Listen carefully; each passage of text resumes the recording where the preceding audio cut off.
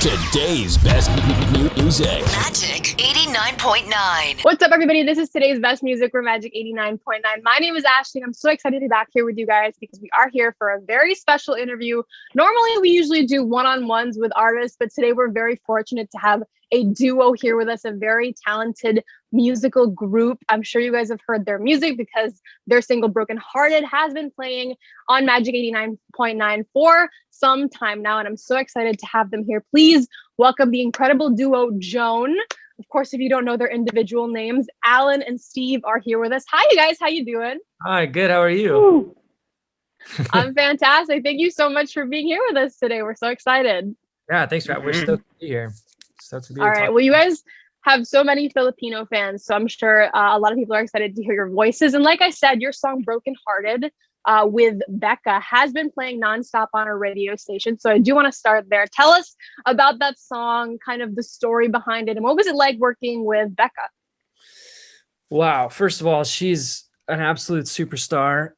So we met her when we were in the Philippines, actually touring with Han, and we just like hit it off with that whole crew, but especially her, and just kept in touch. And over the quarantine, like COVID period, not that it's gone, but we started talking more and like working on music together and just like trying stuff. And Steven and I were trying to figure out, like who would be the best fit for if we featured, especially like a powerful female vocal. And she was just like the one person we kept coming back to every single time. And so we reached out and she was stoked to do it. So we were very, very happy. She's like the perfect fit and she's so wonderful. So that's how. All right. Well, that's great. That's great. And that's so cool that you guys met here in the Philippines. And like I said, you guys have such a huge fan base here. You came here for Wonderland, I believe, 2 years ago, and you were also here late 2019. I mean, tell us about that experience, because from what I've heard, you guys were pretty surprised coming to Manila and just like kind of being bombarded by thousands of fans. What was it like visiting this country? And I know you've been here a couple times. Man, yeah. Steven, you can touch on this too. It was nuts. Like, we're from Little Rock, Arkansas, which is not a big place at all. And so anytime we go to any city in America or the world and people are there to see us, it's like blows our mind. So when we went there across the world, literally, and there were thousands of people singing our song, we were like, what is happening? We had no idea that we had fans here. Yeah. So. Yeah. Especially we totally like had no idea if we even had any fans there. And then we started playing like our first song and everybody was singing along, and just like it was obvious and that everybody, a lot of people there like were just there and ready to go for us and to party with us, and it was a lot of fun. Yeah, it was beautiful. And everyone there, listen, everyone in the Philippines is so kind. Like, we come from a place in the South and like we're known for like Southern hospitality. And so it's just cool to visit a whole different country, a whole different culture, a whole different set of people. And they literally all treat us like we've known them their entire lives. And like, I don't know, it just felt like family. It was a really beautiful, we love your country a lot. So. Oh, well, I'm so glad you guys had a great time here and that you got to meet so many of your fans. And you did say a couple times you guys are both from Arkansas. Tell us a little bit about that. Like, how did you, for lack of a better phrase, sort of find each other in your hometown? I know you were both doing music kind of separately, but what was the moment where you came together? So we went to the same college, but at a little bit different times. I'm a little older than Steven. And yeah, we were both in different bands. And ironically, my band was, at the time, was kind of like just hitting like a wall on, probably not going to be touring, probably not going to be like all in going for it. And this is like all I've ever wanted to do was being, a musician, an artist. And so Steven was playing with the band, but kind of the same thing. Like, not all the guys were like really could be all in because they had other career choices and stuff like that. And so Steven was actually going to start helping me book shows because he had success with that with his band. And I was like, what if you just like went on the road and played drums and I sang and did my thing in this band. And so like, we didn't know it at the time, but we were basically gonna do Joan just with different music. And then one day we got together to write just to see what would happen. And we wrote our first single that very first day called Take Me On. And we just kind of looked at each other and we're like, oh, okay, this is like a thing. So like definitely written in the stars, and yeah, really happy that we tried to write and did this. So All right, well, that's cool. I'm so glad kind of, I guess, destiny brought you together in that way. And like you said, the first single you guys wrote together is Take Me On, which is, I think, the first song I got to hear from you guys ever. And I gotta say, the first time I heard it, I was kind of floored because, there's a certain sometimes sound you're expecting when a lot of people will describe a group as like an indie pop group. But I was so surprised because it really has this kind of 80s feel to it. I felt like I was like a star in like a John Hughes movie. And I think that's something that's consistent throughout your music, your videos, your album artwork. There's this 80s aesthetic, 80s sound. I think even your first album, which is called Portra, I hope I'm saying that correctly, is based off something. Yeah, it's based off something vintage, right? Like film. So all of those things kind of being brought together, was that like a decision that you guys actively made, to kind of channel that era? Where do you draw all that inspiration? Steven, you want to take it? Yeah.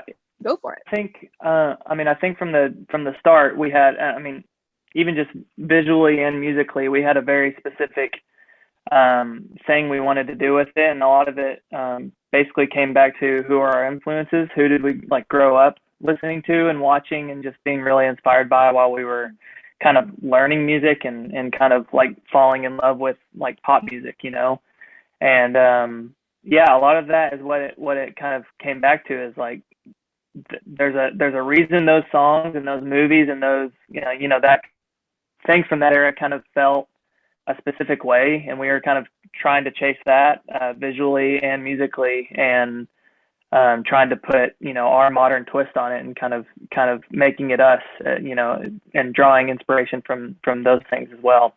So, but yeah, it was very intentional from the start to kind of match the visuals with the music, and it's really cool that you said you felt like a character in a movie, and that was kind of the goal, always to put the listener there. So that's awesome.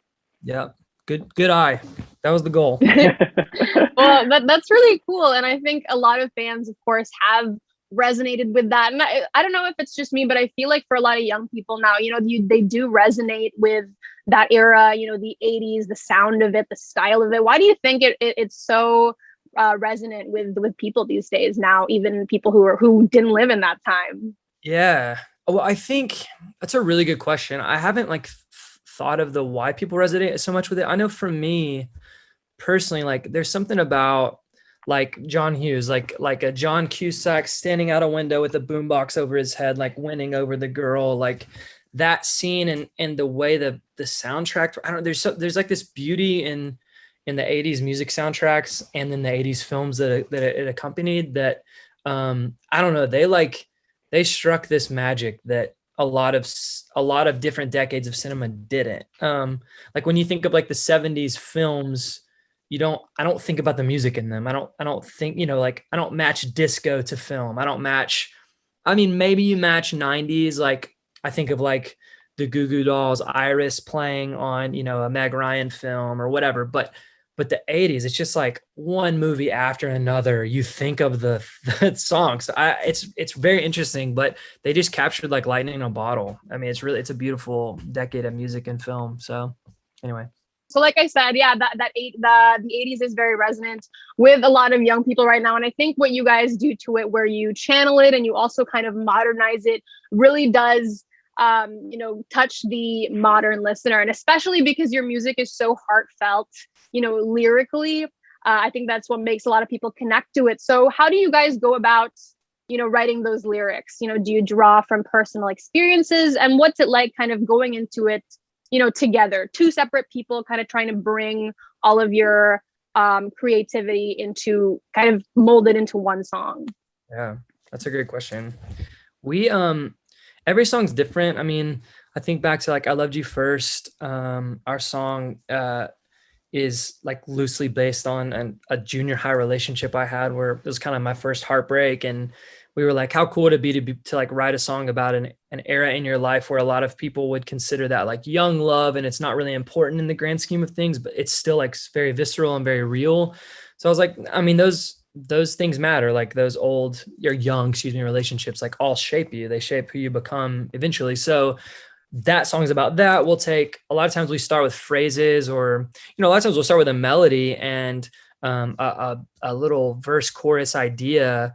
And then we'll start developing it here in where I'm at in our little studio in my house. And then Steven's like furiously behind me, like typing out storyline ideas and like trying to figure out a way to make the hook fit right. And so, it's like intentional crafting, of course, of lyrics, but every song's kind of different. Sometimes we pull personal, sometimes we write stories that are, for someone else or from someone else's perspective. And it's just different with every song, but yeah.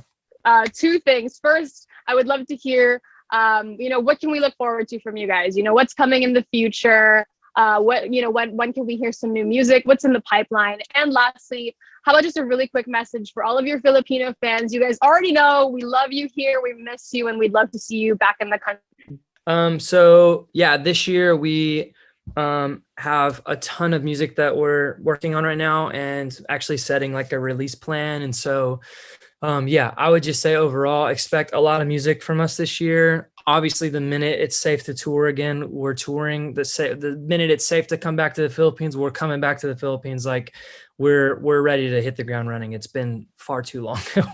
we're bored. We're bored out of our minds. And I would just say, last thing, I remember this phrase to our Philippine fans: Mahal kakao, we love you. And did I say that right? I hope I said that right. You say mahal ko kayo. That's what I said. More what I said? Yeah.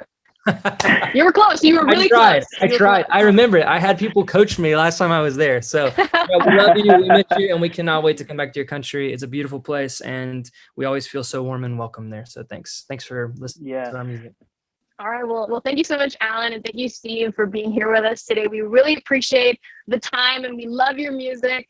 And we're so excited to see you back in the country, hopefully someday. And of course, once again, your song Brokenhearted featuring Becca has been playing nonstop on our radio station. So if anyone out there wants to vote for it, request for it, of course, do feel free. My name is Ashley, and this has been today's Best Music. We're Magic 89.9. Thank you guys so much for joining us. And thank you to the duo Joan for joining us as well. We'll see you guys next time. Bye. Bye.